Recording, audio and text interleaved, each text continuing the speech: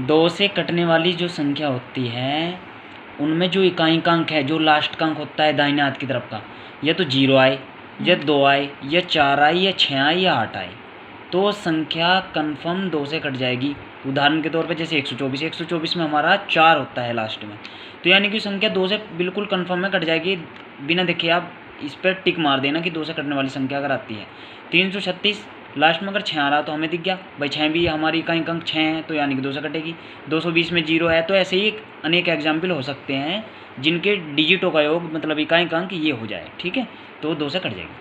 अब 3 से कटने वाली संख्या पाते हैं। 3 से कटने वाली संख्या वे संख्या होती है जिनके डिजिटों का योग मतलब इकाइयों के अंकों का जो योग होता है 3 से कट जाए। क्या हो जाए? 3 से कट जाए। अब इसके एग्जाम्पल कौन कौन से हैं? अब देखो इसके एग्जाम्पल हैं जैसे 123 है। अब इनके डिजिट है जो हमारे 1 2 3 ये है, 3 डिजिट है, तो इन्हें जोड़ो आपस में। 2 1 3 3 6। अब 6 3 से कट जाता है, 6 3 से कट जाता है तो ये संख्या पक्का 3 से कट जाएगी, तो देखने की जरूरत ही नहीं काट के देखने की, पक्का 3 से कटेगी।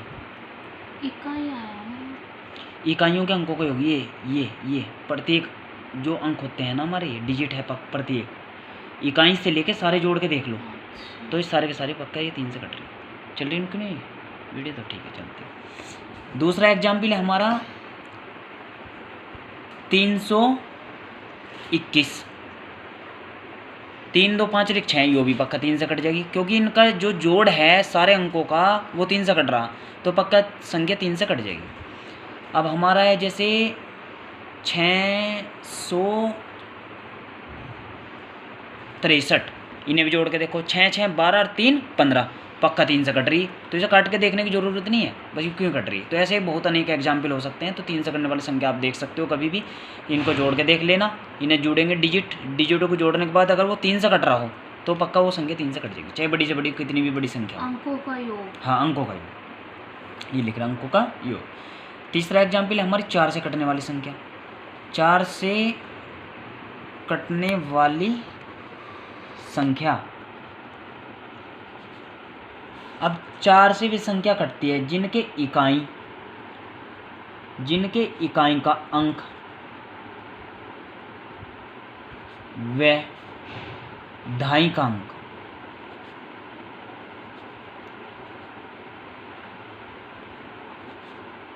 ढाई के अंकों से बनी संख्या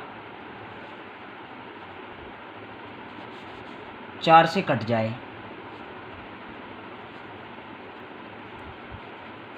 तो 4 से भी संख्या कटती हैं।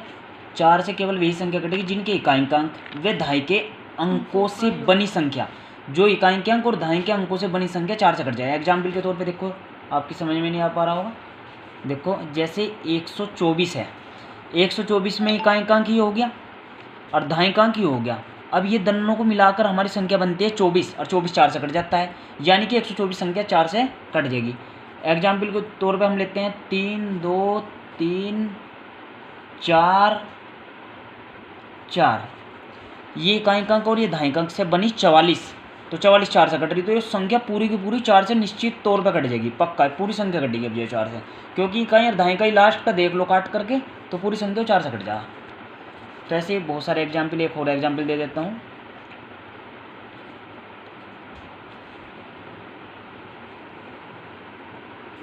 ये 45,628 है। अब इसके इकाई और ढाई का अंक 28 बन रहा, दोनों से मिलकर बनी एक संख्या 28, तो ये 4 से कट रही, 4 से 28, तो यानी कि पूरी संख्या 4 से कटेगी वो पक्का, ठीक है। अब चौथा नोट, 5 से कटने वाली संख्या, 5 से कटने वाली संख्या जिनके इकाई का अंक जो है 0 हो या 5 हो। एग्जाम्पल देखो यहाँ पे 20 का, यानी कि हमने लिख दिया 125, तो आपको इसे काट के देखने की ज़रूरत नहीं है, पक्का 5 से कट जाएगी, क्योंकि लास्ट का अंक हमारा 5 है। एक ले ली हमने 1250, लास्ट का अंक 0 है, यो भी 5 से पक्का कट जाएगी, ठीक है। हमारा एक एग्जाम्पल है 3165 यानी 3165, ये पक्का 5 से कट जाएगा क्योंकि लास्ट का अंक 5 है। हमें बताया गया था जिनके इकाई केवल इकाई अंक किनारे वाला होता है, तो 0 हो जा या 5 हो जा, तो 5 से वो पक्का कटेगी। 5वां नोट। 6 से तो हम 2 या 3 से कट चुकी होगी, 7 से भी काट के देखनी पड़ेगी आपको। अब 8 पे आते हैं। 8 से कटने वाली संख्या,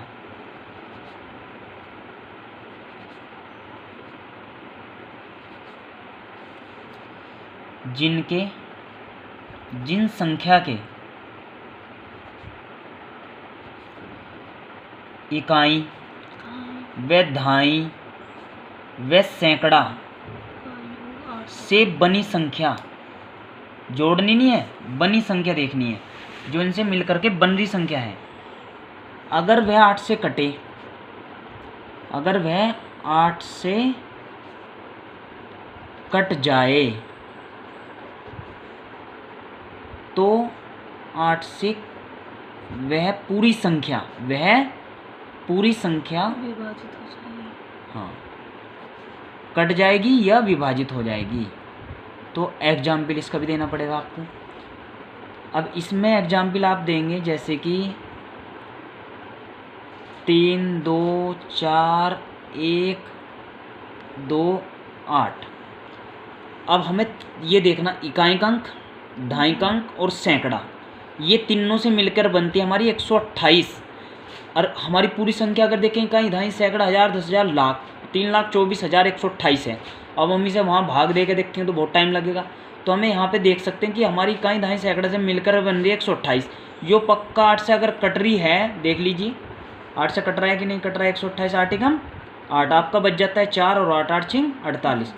तो ये संख्या आपकी जो है 8 से कट गई 128, तो पूरी संख्या ही 8 से कट जाएगी। तो ऐसे एग्जाम्पल इसमें इसे देख सकते हो आप। 6वां नोट, 9 से कटने वाली संख्या, 9 से कटने वाली संख्या जिनके डिजिटों का योग, ये भी सेम है बिल्कुल 3 की तरह। जिनके डिजिट का मतलब अंकों का योग, अंकों का योग 9 से कट जाए, 9 से कट जाए, वह संख्या 9 से कट जाएगी आपकी। इसमें भी एग्जाम्पल के तौर पे आप ले लो।